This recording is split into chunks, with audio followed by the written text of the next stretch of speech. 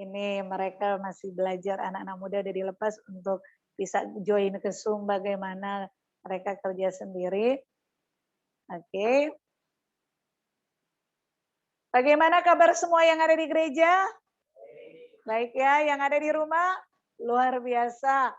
Saya lihat nih yang daftar ikut ibadah nih orang-orang ini aja. Saya berharap yang di rumah jangan sampai terlalu betah untuk ibadah di rumah ya. Nah, nanti susah duduk manis di gereja 1 jam jadi berat. Oke? Oke. Pagi ini kita akan belajar satu judul firman Tuhan yaitu menghayati. Menghayati. Saudara punya bayangan nggak tentang menghayati itu apa? Nggak ada ya. Kita mau baca dulu ayat di dalam Filipi pasal yang kedua ayat yang kelima. Satu ayat dalam Filipi 2 ayat yang kelima. Kita baca bersama-sama. Saudara yang ikut Zoom di rumah boleh baca juga ayat ini. 1, 2, 3. Hendaklah kamu dalam hidupmu bersama menaruh pikiran dan perasaan yang terdapat juga dalam Kristus Yesus. Ayat ini adalah ayat inti dalam kekristenan.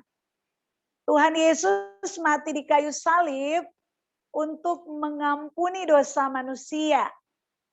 Dengan dosa manusia diampuni, manusia didamaikan dengan Allah. Sehingga manusia bisa memanggil Allah itu sebagai Bapa. Tetapi untuk jadi anak yang baik, untuk mengenal Bapa itu siapa sebenarnya, dan benar-benar mengenal siapa Bapa itu, sehingga ada hubungan yang harmonis antara anak dengan Bapa. Satu kuncinya, kita harus memiliki pikiran perasaan Kristus. Makanya tujuan manusia diselamatkan supaya manusia memiliki pikiran perasaan Kristus. Artinya memiliki cara berpikir seperti Kristus. Supaya apa? Supaya kita bisa memahami pikiran Allah. Supaya kita bisa mengerti perasaan Allah. Supaya kita bisa berjalan dalam kehendak Allah.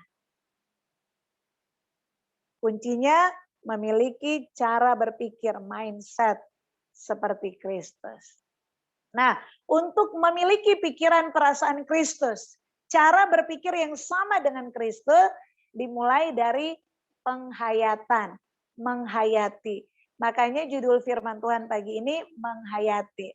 Menurut kamus, menghayati artinya mengalami dan merasakan sesuatu di dalam batin. Ada banyak hal di dalam dunia ini yang indah-indah itu nggak bisa dirasakan dengan fisik, tetapi bisa dirasakan dengan batin kita.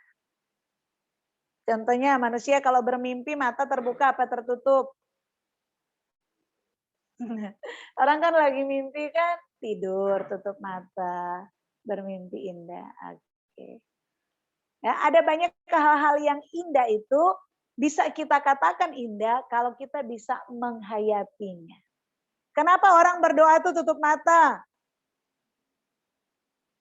Saudara ikut-ikut aja, asal berdoa tutup mata. Tahu nggak kenapa orang berdoa harus tutup mata?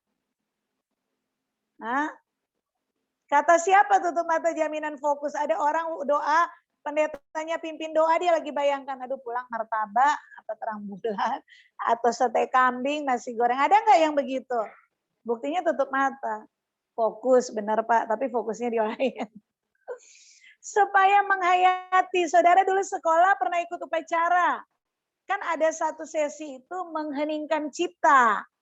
Mengheningkan cipta apa yang ada di pikiran saudara? Apa yang saudara lakukan waktu itu? Nah, membayangkan, wih, bambu runcing, wih, berdarah-berdarah. Nah, kenapa di dalam upacara ada mengheningkan cipta? Supaya yang ikut upacara seperti murid-murid sekolah itu dibawa dalam satu penghayatan. Bahwa kamu sekarang merdeka. Kamu bisa belajar dengan bebas. Kamu bisa meraih cita-citamu. Tetapi kenapa kamu merdeka sekarang? Karena dulu ada para pahlawan yang berjuang. Mereka mati, dibunuh.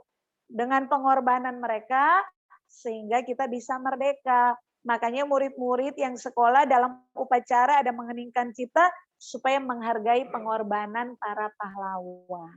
Dan kalau itu dihayati, anak-anak akan sekolah dengan benar. Ya. Jadi menghayati itu merasakan dalam batin. Nah, biasanya tuh mata tertutup dan membayangkan. Nah, ada banyak hal-hal yang indah itu kita bisa hayati pada waktu mata tertutup. Wah, bermimpi indah. Saudara, saya punya teman dulu, dia punya waktu khusus untuk berhayal, saudara.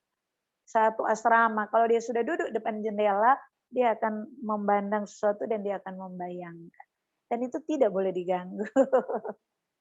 Membayangkan, menerawang jauh dengan manusia batinnya.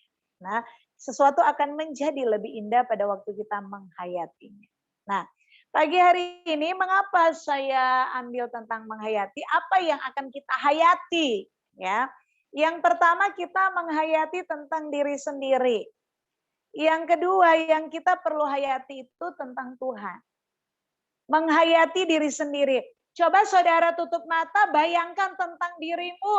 Apa yang akan keluar dalam pikiranmu tentang dirimu?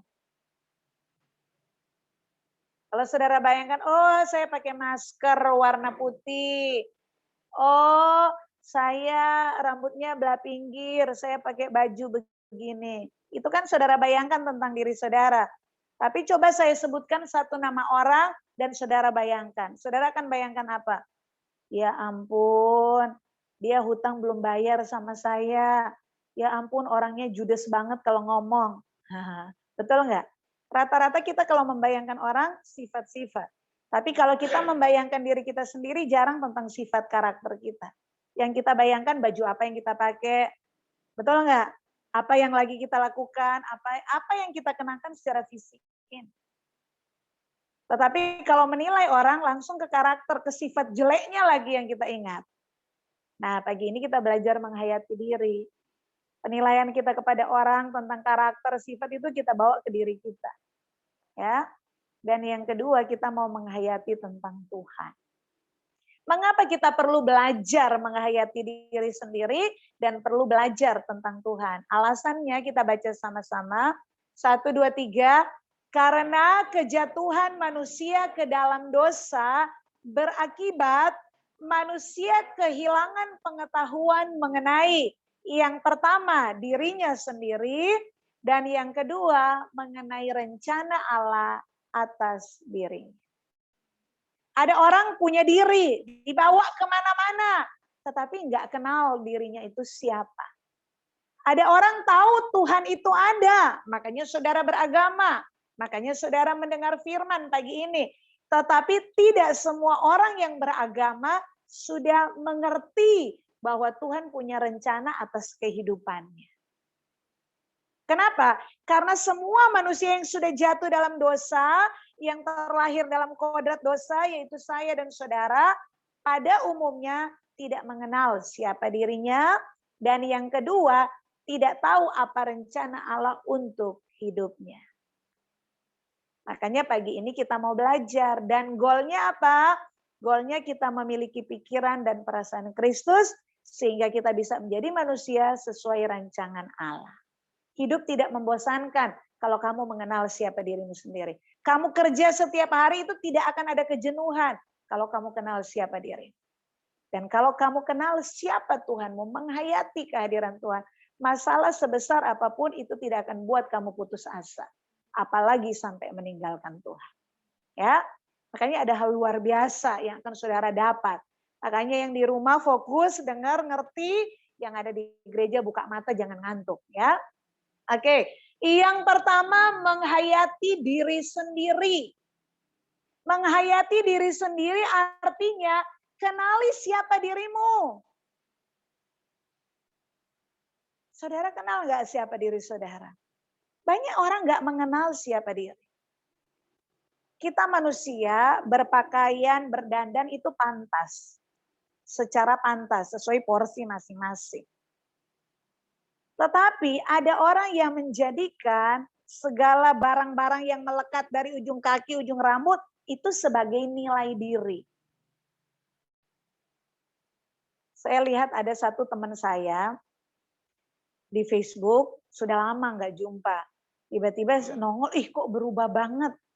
Dia orang yang kaya raya, istri komisaris, jadi memang orang banyak duit. Saudara tahu wajahnya tuh berubah total. Untung saya masih ingat namanya.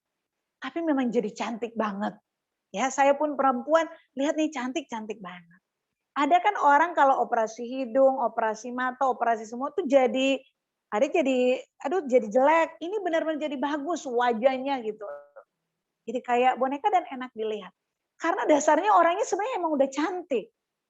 Dan sekarang punya duit banyak nggak tahu dari mana, ya mulailah poles sana, polesin cantik. Tapi saya katakan ya, oke saudara yang punya uang, punya kemampuan dan satu lain hal melakukan, ya tergantung hati nurani. Itu salah enggak ya tergantung saudara. Tetapi yang saya katakan kalau kamu menghayati, mengenal siapa dirimu, saudara nggak perlu polesan-polesan. Saudara nggak akan perlu barang-barang dari ujung rambut sampai ujung kaki yang akan menambah nilai diri. Saya mengerti tentang inner beauty, kecantikan dari dalam, sudah umur saya segini. Baru saya benar-benar memahami apa artinya inner beauty. Kalau kecantikan, saudara cari ini yang perempuan-perempuan, yang laki-laki juga bujangan. Kalau kita mencari nilai diri dari kecantikan fisik, kalau yang perempuan kan dandan, kalau laki itu ya six pack. Nah itu nggak salah, tetapi kalau kita taruh nilai diri di situ, kita taruh nilai diri dari barang-barang yang bergantung dalam diri kita, itu yang akan menilai kita cantik, kita bagus, hanya orang-orang duniawi. Kenapa? Karena orang-orang hal-hal yang rohani, yang inner beauty itu dari dalam, itu hanya bisa dinilai oleh orang-orang yang memahami itu. Yang rohani mampu menilai yang jasmani, tapi yang jasmani nggak mampu menilai yang rohani. Makanya yang masih bujangan-bujangan, kalau kamu dandan, itu menjadi nilai diri supaya memikat, kamu hanya akan mendapatkan orang-orang yang menilai lahiriahmu. Tapi kalau kamu membangkitkan inner beauty yang dari dalam ini, kamu akan menemukan orang-orang yang akan menghargai kamu siapa kamu. Itu yang susah didapat zaman sekarang. Ya, nah nggak salah kita berdandan sepantasnya ya, tetapi jangan kasih nilai diri di situ. Itu yang salah. Karena kalau orang mengambil nilai diri dari barang yang dia miliki, dari dandanannya, cuma satu, dia tidak mengenal siapa dirinya. Nah, bagaimana? Kenapa kita harus mengenali diri? Karena hanya orang yang mengenali siapa dirinya yang akan menghargai dirinya. Selama saudara tidak mengenal dirimu, kamu akan mencari nilai dirimu dari barang-barang. Dari hal-hal lahiriah, dari kecantikan lahiriah, ketampanan lahiriah.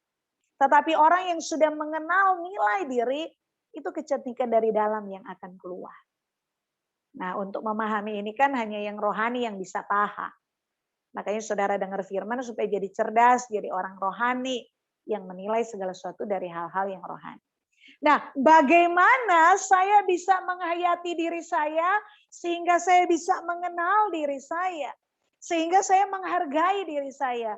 Jawabannya cuma satu, dari firman Tuhan, dari Alkitab.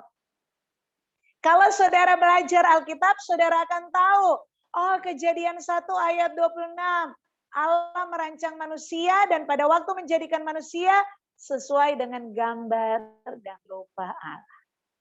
Kita diciptakan menurut gambar dan rupa Allah. Siapa saingan kita? Siapa saingan Allah? Siapa yang lebih baik dari Allah? Gak ada kan? Allah itu sempurna loh. Dan kita diciptakan menurut gambarnya. Amin. Bilang sama-sama, saya diciptakan menurut gambar dan rupa Allah. 1, 2, 3. Saya diciptakan menurut gambar dan rupa Allah. Saudara tahu ayat itu, saudara pernah baca, tapi saudara tidak menghayati ayat itu. Makanya saudara merasa minder, jadi orang minder, atau jadi orang yang sombong. Atau jadi orang yang kompensasinya harus memiliki ini, harus berbuat ini untuk menambah nilai diri. Padahal nilai diri kita ini nggak ada tandingannya. Makanya manusia diciptakan disebut sebagai ciptaan yang paling mulia di antara segala ciptaan yang lain. Mengapa? Karena manusia diciptakan menurut gambar dan rupa Allah. Itu sudah jadi dasar untuk kita menghargai diri kita. Dan yang kedua, kalau perlu tambahan referensi ayat, di dalam Mazmur dikatakan bahwa waktu kita di dalam perut ibu, siapa Mazmur itu ya? Di dalam perut ibu, kita tuh ditenun. Kita tuh dirancang, kita dibentuk oleh Allah dari kandungan ibu kita. Bayangkan itu. Setiap urat yang keluar, setiap apa dari diri kita yang terbentuk itu Allah yang merancang. Dan Alkitab menyatakan, dunia medis, dunia psikologi, semua penelitian, tidak ada satu manusia pun yang punya fotokopi. Kembar boleh, tetapi dalam segala hal 100% sama tidak ada. Ini kita punya sidik jari aja ini, tidak ada yang sama. Berapa miliar manusia sekarang? 7 miliar. Bayangkan di antara berapa miliar tidak ada yang sama sidik jari dengan saudara. Saudara diciptakan unik, istimewa. Tidak ada orang yang sama persis dengan saudara di dunia ini. Dan yang paling indah, waktu saudara dibentuk, Allah sudah punya rancangan. Allah sudah punya rencana untuk hidupmu dan melalui hidupmu untuk orang lain.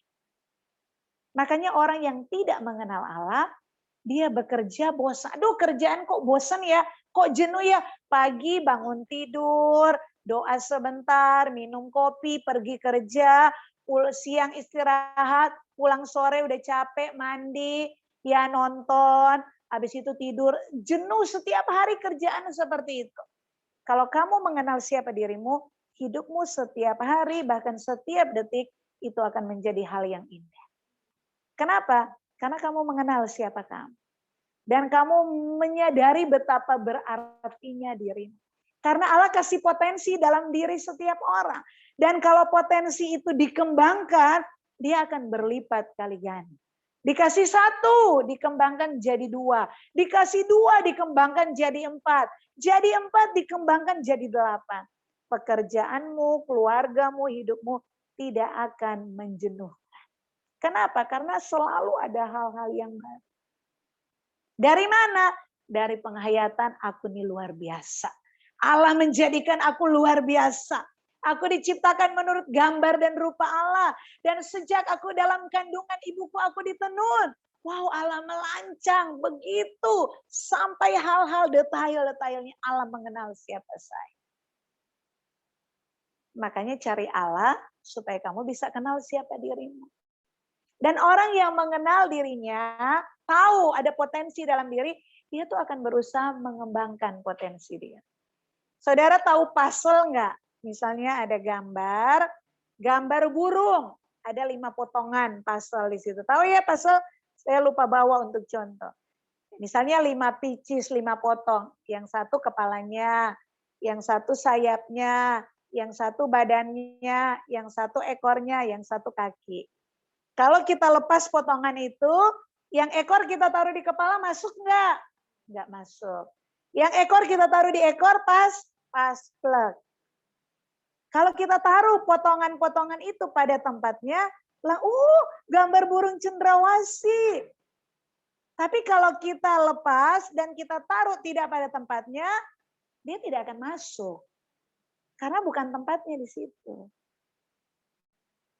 Saudara di rumah seperti pasar, seperti potongan pasar. Kamu suami, kamu istri, kamu anak, kamu seperti potongan puzzle yang kalau kamu ada di tempatmu yang pas, keluargamu jadi indah. Gak kebetulan kamu kerja sana sini ditolak, tiba-tiba diterima satu kerjaan. Kenapa? Karena di situ kamu satu bagian puzzle yang akan melengkapi keindahan di mana kamu kerja. Di gereja pun demikian. Saudara di gereja kan gak pernah cita-cita dari kampung halaman, mau ke Denpasar jadi jemaat Karmel. Tapi kenapa ada di sini? Karena saudara adalah potongan puzzle yang akan melengkapi keindahan gereja Karmel. pada waktu saudara berfungsi dengan baik. Sesuai dengan talenta yang Tuhan sudah kasih. Amin. Nah, temukan, hayati siapa diri. Saudara tuh luar biasa. Saudara punya hal-hal yang ada di luar itu hanya melengkapi, tetapi tidak akan menjadi nilai diri. Kenapa ada orang, oh harus pakai baju ini, oh harus punya tas ini, harus punya sepatu ini, saya harus beli HP ini. Kenapa? Sebenarnya tanpa disadari dia mencari nilai dari barang-barang itu. Kenapa? Karena dia nggak kenal siapa diri. Kalau saudara benar-benar memahami apa kata Alkitab tentang siapa dirimu, semua barang oke kita perlukan sebagai kebutuhan, bukan untuk menambah nilai diri. Punya ya syukur, nggak punya ya amin. Saudara akan mengejar hal-hal yang dari dalam. Makanya kenapa kita perlu menghayati diri sendiri. Supaya saudara menemukan ada banyak keindahan dari dalam. Ya, ada banyak orang bisa jadi pendeta. Ya, ada banyak orang bisa ngajar. Hal yang sama diajari. Tetapi pendeta satu, pendeta dua, belajar sama-sama, gurunya sama. Begitu mereka keluar ngajar, setiap orang punya gaya berbeda. Saya dengan Pak Gembala punya gaya berbeda. Saudara juga punya usaha. Di sini ada usaha yang sama. Sembako, ini sembako sama. Tetapi setiap toko itu punya ciri khas beda. Entah di sini pelayannya judes, entah pelayan ini senyum. Semua ada ciri khas. Tokonya sama yang punya, tetapi setiap toko dengan pegawai beda-beda. Kenapa? Karena setiap manusia itu unik. Makanya nggak usah takut tersaingi. Orang aja dunia berkata bahwa setiap orang tuh udah punya rezeki masing-masing. Nggak, jangan kalau kerja itu cari muka. Oh ada bos cari muka. Wah teman saya ini saingan, bagaimana singkirkan? Kalau saudara mengenal dirimu sendiri, kamu tahu potensi dirimu, kamu nggak perlu cari muka kepada bosmu. Kamu nggak perlu menyingkirkan temanmu di kerjaan. Kenapa? Karena kamu tahu ada sesuatu yang berharga, saya sepotong pasal yang melengkapi di tempat saya kerja. Tanpa saya ada yang kurang di sini loh. Saudara nggak perlu jadi seperti orang lain. Jadilah dirimu sendiri dan itu keunikan. Keunikan dirimu, temukan itu. Kamu luar biasa. Bilang, aku istimewa. Aku luar biasa. Aku berharga. Karena Tuhan. Haleluya ya. Saudara bangkitkan. Hayati firman ini, bagian ini. Hayati, kamu akan menghargai dirimu. Lebih dari yang sebelumnya. Yang kedua, kita perlu, ini dampaknya kalau saudara menghayati diri, mengenal siapa dirimu, menghargai dirimu, mengembangkan potensi dengan cara belajar firman, maka saudara akan jadi berkat. Di gereja jadi berkat. Kenapa? Karena pasal itu pas dengan kehadiran. Di keluarga jadi berkat, di kerjaan jadi berkat. Dimanapun saudara jadi berkat. Dan kamu menikmati hidupmu. Karena kamu melihat keindahan-keindahan hidupmu tuh dari dalam. Dari dalam. Ya. Dan saudara akan menjadi orang-orang yang luar biasa. Yang kedua, kita perlu menghayati tentang Tuhan. Menghayati Tuhan artinya alami Tuhan. Ada banyak orang tahu Tuhan itu ada, tetapi hanya teori. Oh Tuhan itu ada, Tuhan menciptakan langit bumi, Tuhan menjadikan bunga-bunga, Tuhan menciptakan saya. Pertanyaan, kamu pernah nggak ngalami Tuhan itu ada? Saudara pernah nggak mengalami Tuhan itu ada dalam hidupmu? Jangan apa kata orang. Saya tanya, pernah ngalami nggak Tuhan? Hah? Kenapa kita perlu berdoa tutup mata? Menghayati. Tuhan nggak bisa dilihat, ditangkap dengan mata jasmani. Kita nggak bisa pegang tangan Tuhan. Kita nggak bisa pegang kaki Tuhan. Tapi waktu kita berdoa, kita tutup mata, kita bisa menghayati Tuhan itu ada. Tuhan itu ada. Tuhan itu ada. Penghayatan yang benar itu akan membuat kita mengerti rencana Tuhan. Hanya orang yang mengalami Tuhan, bukan tahu Tuhan itu ada, tapi benar mengalami Tuhan, dia akan menemukan rencana Tuhan dalam hidup. Tadi kan di awal, manusia yang sudah jatuh dalam dosa, dia tahu Tuhan itu ada, tapi nggak ngerti apa rencana Tuhan untuk hidupnya. Padahal semua manusia waktu dibentuk dalam kandungan, Tuhan sudah punya rencana loh. Gak ada manusia lahir kebetulan. Buktinya banyak orang mau digugurkan tetap hidup. Banyak orang sudah pakai dokter ahli mau bikin anak bayi tabung tetap nggak bisa. Kenapa? Setiap anak yang lahir atas kehendak Tuhan. Karena Tuhan punya rencana dalam setiap orang. Bukan hanya penuhi bumi, apalagi jadi sampah. Tidak. Tuhan punya rancangan yang luar biasa. Apapun latar belakang hidupmu, lahir dari keluarga seperti apa, engkau istimewa karena Tuhan punya rancangan masing-masing kita yang luar biasa. Alami Tuhan, temukan Tuhan, kamu akan mengerti apa rencana Tuhan untuk hidup. Bagaimana saya bisa mengerti rencana Tuhan, mengalami Tuhan? Kembali firman Tuhan. Baca kitab suci, baca Alkitab. Saudara, mengerti Tuhan, menghayati Tuhan ada dasarnya. Jangan nggak pernah baca Alkitab, terus berdoa menghayati Tuhan. Wah, tiba-tiba genderuwo yang datang, merinding. Kenapa saudara lewat pohon bambu? Dulu kan di sini ada pohon bambu. Itu bisa bulu kuduk berdiri merinding. Saudara bisa merasakan roro jatuh. Wih, ini rumah angker loh. Kenapa kehadiran Tuhan saudara nggak peka? Saudara alami nggak Tuhan itu? Enggak. Buktinya apa? Tetap hidup dalam dosa. Kalau saudara tahu Tuhan itu ada, mengalami Tuhan, saudara tanda yang pertama tidak mungkin hidup dalam dosa. Kenapa? Tidak ada CCTV, tidak ada orang. Tapi Tuhan melihat.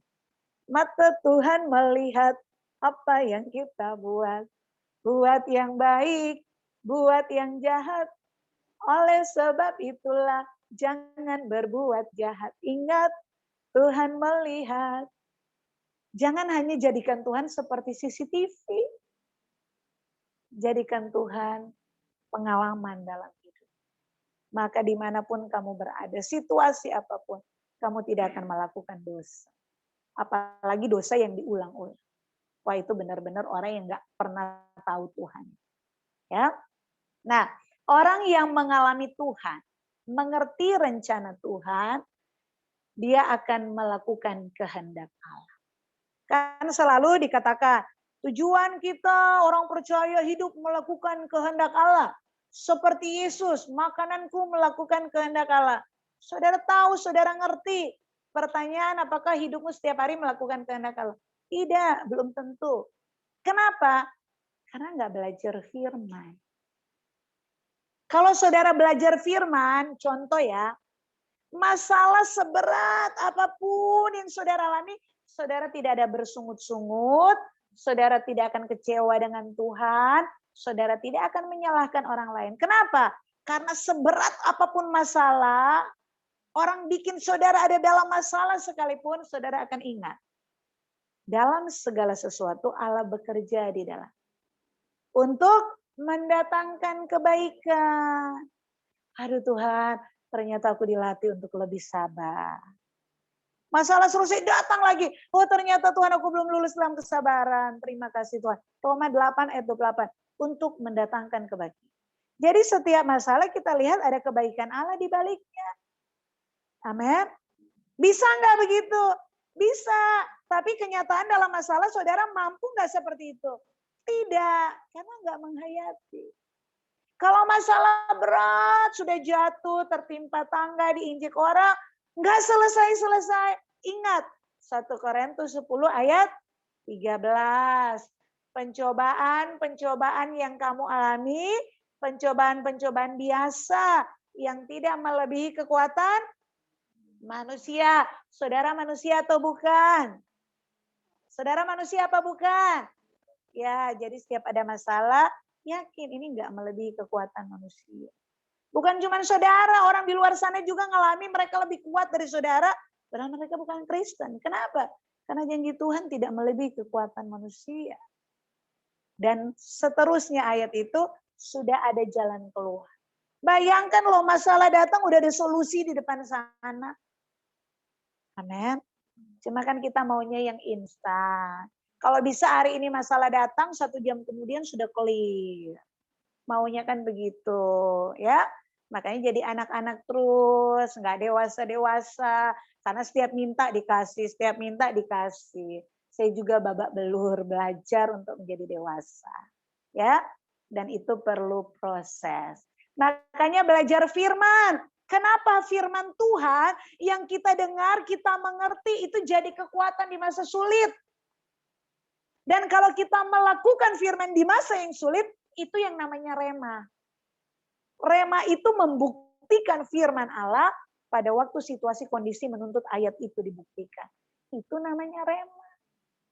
Saudara kalau mau dengar firman, Tuhan tolong hamba Tuhan yang akan berbicara supaya firman yang kami dengar menjadi rema. Rema itu apa? Rema itu waktu saudara mendengar firman, ampuni sesamamu, doakan berkati mereka. 3 hari kemudian ada orang temanmu sendiri fitnah kamu, rugikan kamu. Nah tapi kamu, oh iya 3 hari yang lalu ingat, lepaskan pengampunan. Jangan dendam, jangan marah. Itu firman jadi rema. Rema itu artinya dilakukan dalam kehidupan nyata. Orang bisa melakukan firman dalam kehidupan nyata kalau dia menghayati Tuhan itu ada. Tuhan bekerja dalam semua yang aku alami, peristiwa-peristiwa hidup untuk mendatangkan kebaikan.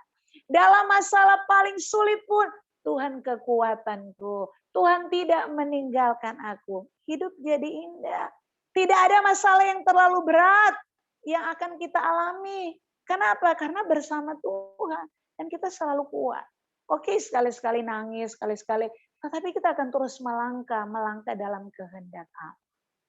Orang bisa melakukan kehendak Allah kalau dia ngerti firman. Orang mau melakukan kehendak Allah kalau dia sudah ngalami Tuhan itu ada. Kalau nggak kenal Tuhan, bagaimana dia mau hidup melakukan kehendak Tuhan? Itu ngomong doang. Orang yang mengenal Tuhan, mengalami Tuhan, baru bisa hidup dalam kehendak Allah. Baru bisa melakukan rencana Allah. Dan saya kasih tahu saudara, hidup kita cuma 1 kali. Tuhan cuma punya 1 rencana buat kita. Waktu kita lahir, kita membawa rencana ilahi. Kita hidup, kenapa harus belajar firman, kenapa harus beragama, supaya menemukan rencana Allah itu. Dan sebelum kita mati, rencana Allah itu sudah harus terlaksana, kita kerjakan sepanjang umur hidup.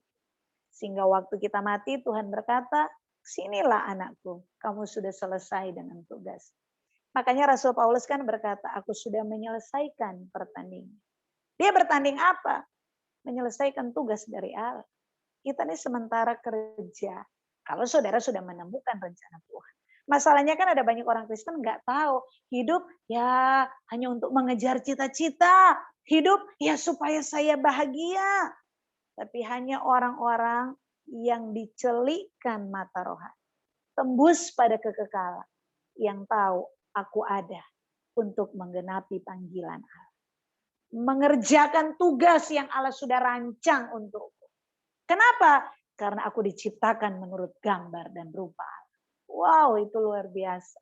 Saudara akan menjadi orang-orang yang luar biasa. Ya? Oke. Roma 12 ayat 2, kita baca 1, 2, 3. Mengerti isi Alkitab dengan benar akan membawa pada penghayatan tentang siapa saya dan apa rencana Tuhan untuk hidup saya secara benar. Banyak orang punya rencana tercapai. Baik, baik. Tapi belum tentu itu rencana Tuhan untuk hidup. Banyak orang punya cita-cita, gantung cita-citamu setinggi langit. Dan dia mendapatkannya. Tapi belum tentu itu rencana Allah untuk hidup. Tapi orang yang menemukan rancangan Allah, mengerjakan bagiannya, dia ada di jalur yang benar. Hidupnya jadi berkat. Hidupnya menyenangkan hati Allah. Kekekalan pun menanti dia. Tinggal bersama Tuhan Yesus selama-lamanya. Dan itu dimulai dari mana? Memiliki pikiran perasaan Kristus. Bagaimana bisa memiliki pikiran perasaan Kristus? Cuman 1 kuncinya. Baca Alkitab setiap hari. Baca Alkitab, pegang HP berapa jam. Baca Alkitab nggak kuat. Saudara nggak berbakat masuk surga. Nggak berbakat jadi mitra kerja Allah. Tapi kalau saudara membuka diri, Seberapa kamu membuka dirimu, mengembangkan kapasitas, talentamu, sejauh itu Tuhan akan pakai hidup. Bukan berapa besar pendidikanmu. Kalau saudara anak-anak yang masih punya kesempatan belajar, belajar maksimal mungkin. Tapi kalau yang sudah terlanjur, sudah seperti ini. Semakin kamu memperlebar pemahamanmu, pengenalanmu, pengalaman bersama Tuhan. Itu akan membuka kapasitas diri. Untuk ada banyak orang diselamatkan lewat hidup. Amin. Ada anak muda, pendidikan gak tinggi. Tapi saya panggil dia, saya bilang, Tuhan pakai kamu untuk orang ini, orang ini, orang ini. Kalian akan menemukan rencana Tuhan kepada siapa kita harus jadi berkat. Ada kan orang hidup, wah hanya untuk dirinya, ya maksimal untuk keluarganya. Pernah nggak berpikir bagaimana saya jadi berkat? Saya ajak saudara berpikir nanti kalau mati dalam antrian di pengadilan, bisa nggak ada orang yang antri di depan saudara sudah duluan berkata, Tuhan gara-gara sana loh aku bisa berdiri di sini. Gara-gara dia loh Tuhan, saya dengar Tuhan Yesus dari dia. Saya lihat hidup dia loh, makanya saya tertarik belajar tentang Tuhan. Saya belajar dari keluarganya, saya belajar dari pelayanannya di gereja, dari dia. Apakah ada nama saudara yang disebut? Apakah ada hidupmu yang ditunjuk gara-gara kamu? Aku bisa bersama-sama dengan Tuhan. Tuhan gak perlu orang yang pintar. Kalau pintar ya puji Tuhan. Tuhan gak perlu orang yang kaya, Tuhan punya segala-galanya. Tuhan mencari orang yang hatinya terbuka. Yang menghayati, mengenal siapa dia. Kalau kita gak kenal diri, bagaimana kita mau menanggung beban orang? Gak mungkin. Hanya orang yang sudah mengenal diri, menghargai diri, tahu dirinya siapa. Yang mengenal rancangan Allah dalam hidup. Dia yang akan dipakai Tuhan untuk jadi berkat buat orang lain. Jadi berkat bukan hanya sekedar kasih duit orang bisa makan. Jadi berkat artinya bagaimana orang melihat hidupmu. Dia bisa melihat Tuhan itu ada. Orang melihat hidupmu, dia merasakan kasih Tuhan. Itu yang Tuhan cari hari-hari. Ya, sebab itu hayati. Dirimu siapa, kenali. Karaktermu, sifatmu, apa yang harus diubahkan. Dan bertobatlah semasih ada waktu. Berjuang tuh gak mudah. Tapi ayo komitmen dulu. Baru melangkah. Tuhan akan menolong kita. Yang kedua hayati Tuhan. Tuhan yang agung pencipta langit bumi. Tapi dia memperhatikan saya. Dia peduli dengan saya. Dan dia mau memakai saya menjadi alatnya untuk menggenapi rencana. Siapakah aku Tuhan? Tapi aku mau Tuhan merespon panggilan. Aku mau membuka hati. Aku mau memberikan hidup. Pakailah aku Tuhan. Malaikat bilang mau pakai apa? Firman Tuhan aja kagak ngerti. Atau itu ngerti firman tapi nggak bertobat-bertobat mau pakai di mana? Malah jadi batu sandungan. Makanya kesaksian itu hidup kita. Hidup kita surat Kristus yang terbuka. Yang dibaca oleh orang. Dan itu dimulai dari penghayatan. Ya. Kita baca sama-sama. Loh, penutupnya kok hilang ya? Sudah tadi ya? Oke.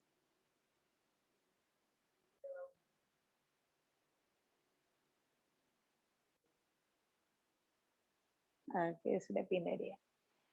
Baik, kita belajar kebenaran firman Tuhan, kita mengenal siapa diri kita mengalami Tuhan itu ada dan nyata, itu akan menjadikan kita manusia yang sesuai dengan rancangan awal Allah. Mengapa menciptakan manusia? Amin. Tuhan memberkati. Mari kita bangkit berdiri.